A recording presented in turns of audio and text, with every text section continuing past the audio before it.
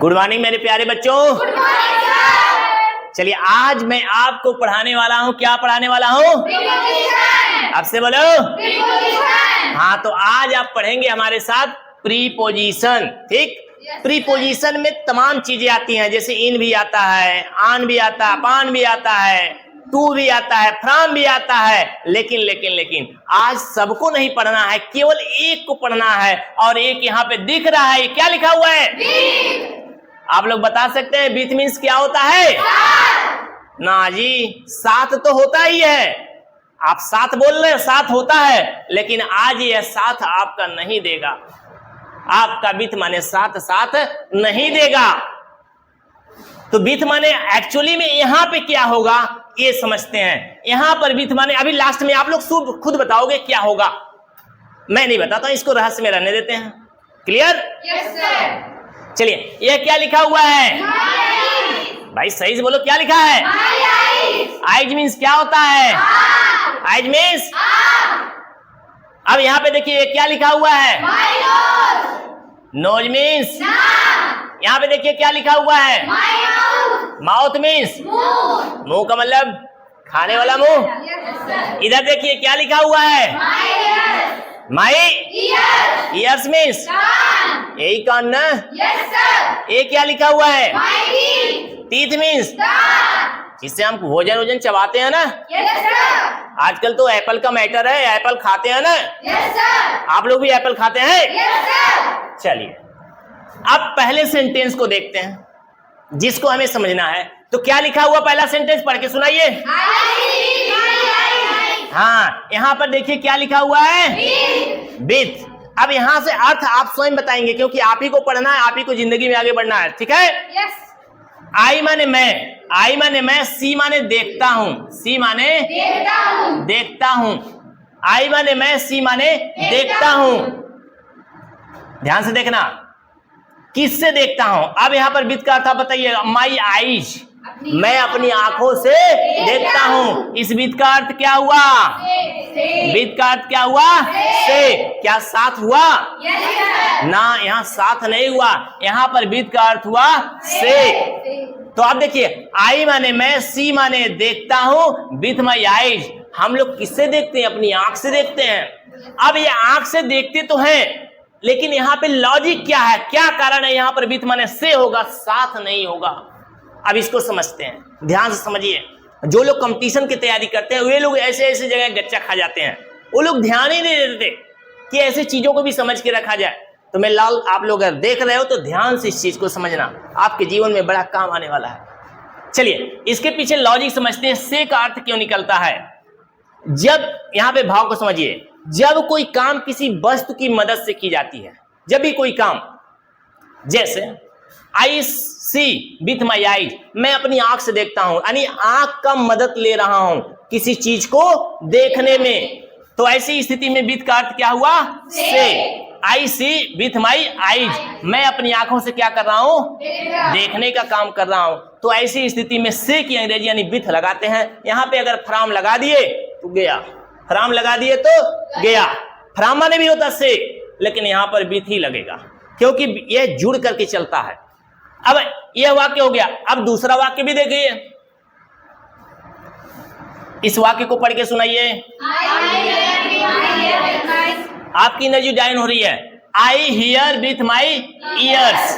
अब देखिए, आई माने मैं, हियर माने सुनता हूं, ईयर माने सुनता हूं। आई माने मैं, हियर माने सुनता हूं, विथ माई ईयर्स। ईयर्स माने क्या होता है? ईयर्स माने क्या होता है? तो आई हियर माने मैं सुनता हूं, विथ माई ईयर्स यानी अपने कान की मदद लेकर के मैं कोई चीज सुनता हूं। तो मैं वही कहा हूं कि जब कोई वस्तु किसी दूसरे की वस्तु की सहायता लेकर के कोई काम करता है, तो ऐसी स्थिति में हमें विथ का प्रयोग करना पड़ता है। तो यहां पर देखिए, I hear with my years, मैं सुनता हूं किसे? विथ माई ईयर्स, यानी अपने कानों से। मैं अपने कानों से सुनता हूं। अब देखिए यहाँ पे कान बना हुआ है, किस तरह से?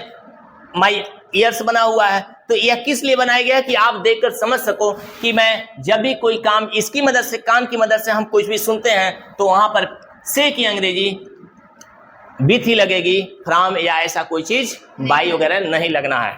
क्लियर? अब हम अगले सेंटेंस को देखेंगे। आई स्मेल, स्मेल माने होता है सूंघना, स्मेल माने होता है सूंघना। अब सूंघना का दूसरा भाव होता है महकना, सूंघने का दूसरा भाव होता है महकना। महक बहुत अच्छी आ रही है तो इंग्लिश वाले कहेंगे स्मेलिंग बहुत अच्छा है, स्मेलिंग बहुत अच्छा है। आई स्मेल माने मैं महकता हूं, विथ माई नोज, नोज माने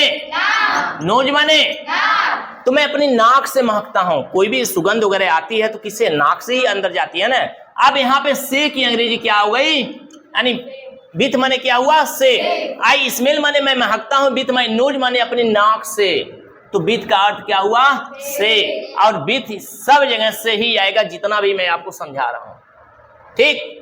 तो I smell with my nose, मैं अपनी नाक से महकता हूं। यहाँ पे नाक बना हुआ, आप देख लीजिए नाक से किस तरह से हम लोग महकते हैं, ठीक। यानी यहाँ पर मेरा काम किसकी मदद से हो रहा है, नोज की मदद से हो रहा है। किसका, कौन सा काम हो रहा है, महकने का, ठीक। अगला सेंटेंस हम देखेंगे, इसको पढ़ के सुनाइए आप लोग। Very good. आई माने मैं, इट माने खाता हूं, इट माने खाता हूं। अब देखिए कैसे खाता हूं, विथ माई टीथ, अपनी दांत से खाता हूं। अगर खाने का भाव हटा दें तो हमें चबाने का भाव लगा देते हैं, च्यू, च्यू माने होता है चबाना, तो भाई चबाइए या खाइए। आई माने मैं, च्यू माने चबाता हूं, विथ माई टीथ माने अपनी दांतों से, अपने दांतों से। अब भाई भोजन डालोगे दांत क्या करेगा, चबाने का काम करेगा या खाने का काम करेगा। अब यहाँ पे से की अंग्रेजी आ गई, तो से की अंग्रेजी क्या बनेगी, with. I eat with my teeth, दांत से, यानी दांत से, ठीक है। तो दांत से कि यहाँ पे भाव लगा विथ, क्लियर। अब ये लास्ट सेंटेंस आपके सामने आ गया। इसके बाद मैं अदर्स एग्जांपल्स भी आपको मैं एक आध बता दूंगा। I speak with my mouth, मैं मुंह से बोलता हूं, मैं मुंह से बोला, यानी बोलने का काम करने के लिए किसकी मदद ली जा रही है, मुंह का। तो मुंह का मदद लिया जा रहा था, यानी मुंह से, तो से की अंग्रेजी क्या बनेगी, विथ। आई माने मैं, स्पीक माने बोलता हूं, विथ माई माउथ माने अपने मुंह से, मैं अपने मुंह से बोलता हूं। अब इस तरह के सेंटेंसेज हमने देखा कि किस तरह से बोलने के लिए, कोई भी काम करने के लिए मदद ले रहे हैं किसका, विथ का। तो कुछ एग्जांपल्स और भी समझते हैं, आइए हम देखते हैं कुछ एग्जांपल्स। जैसे मान लीजिए कोई व्यक्ति है और वह व्यक्ति खेल रहा हो या किसी चीज को मार रहा हो। जैसे मैं ही अध्यापक हूं, मेरे पास एक स्टिक है, मेरे पास क्या है, एक स्टिक है, स्टिक है कि नहीं। मैं इससे कभी कभी आपको दंडित भी करता हूं, कभी कभी मैं मारता भी हूं। तो ऐसी स्थिति में मैंने बच्चों को छड़ी से मारा, छड़ी से। अब इसकी मदद ली गई ना, जब मदद ली जाएगी तो विथ का प्रयोग होगा, फ्रॉम का प्रयोग नहीं होगा। तो वैसे देख लीजिए, इंग्लिश ही बता रहा हूं, हिंदी नहीं बताऊंगा। आई, मैंने बच्चों को मारा, आई बीट माने होता पीटना, आई बीट माई चिल्ड्रेन, मैंने अपने बच्चों को मारा, तो आप लोग मेरे ही बच्चे हो। आई बीट माई चिल्ड्रेन, किससे मारा भाई, किससे मारा। अब देखिए यहाँ पर डैश कर दिया, मैंने किससे मारा है। अब वहां पे लिखना है आई बेट, यहाँ पे बेट पास्ट में ले जाएंगे तो बेट हो जाएगा, नहीं तो बीट ही रहेगा। आई बेट माई चिल्ड्रेन, मैं अपने बच्चों को मारता हूं, किससे, एक छड़ी से। तो यहाँ पर से की अंग्रेजी क्या लगेगी, I beat my children with a stick, मैं अपने बच्चों को छड़ी से मारता हूं। क्लियर है ना। अब देखिए अगर भाव आ जाए, मैं अपने हाथ से खाता हूं, अपने हाथ से खाता हूं, तो क्या करेंगे, आई ईट विथ माई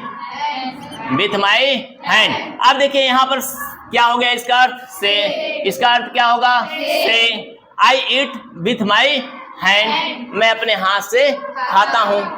ऐसे भाव आएंगे और इन भावों को तमाम ऐसे सेंटेंस और भी आ सकता है। जैसे किसी ने लाठी से सांप मारा, somebody killed a snake with a stick, stick माने लाठी भी होता है, स्टिक माने छड़ी भी होता है, तो वहां पर भी विथ ही लगेगा, कोई और प्रीपोजिशन नहीं लगने वाला है। इसलिए यह विथ जो है बहुत इंपॉर्टेंट है, जो कि इसका भाव हम से के भाव से लेकर करेंगे। तो ये ज्यादातर बच्चे भी फंस जाते हैं, सर ऐसे ऐसे क्या हो रहा, तो उसको बताते हैं हमें इस तरह से आप करोगे तो गलती नहीं होगा, क्योंकि यहाँ पे मदद ली जा रही है। यानी माई हैंड का इस्तेमाल क्या करने के लिए किया जा रहा है, खाने के लिए।